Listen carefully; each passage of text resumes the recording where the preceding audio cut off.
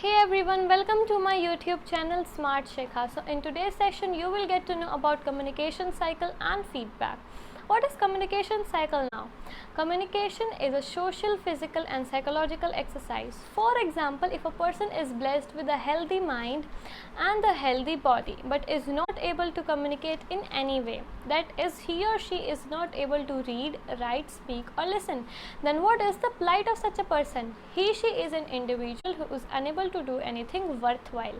Therefore, communication is very important for all living beings.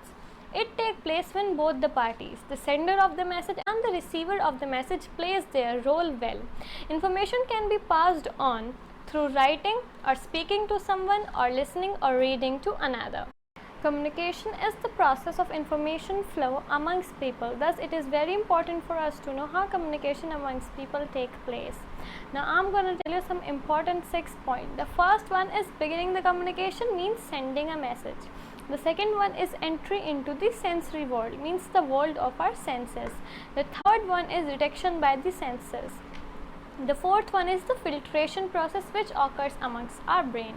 The fifth one is formation and sending of the response, and the last one is the cycle repeated. We can understand the process of communication with these 6 easy points.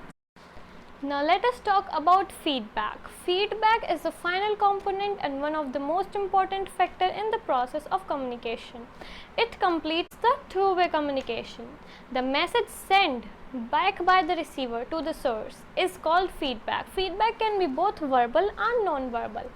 A smile would indicate a positive non-verbal feedback, whereas a frown would indicate a negative feedback. So an effective feedback needs to be clear, well-timed, specific, bearing right attitude, truly representative, impersonal and informative. Now let us talk about the advantages of feedback. Feedback is better listening. Feedback can motivate. Feedback can help in problem solving. Feedback can help in changing performances, better understandings, creating healthy relationships and effective coordinates.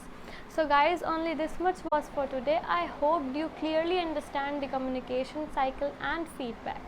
Thank you for watching my video and don't forget to press the like and subscribe button. Thank you.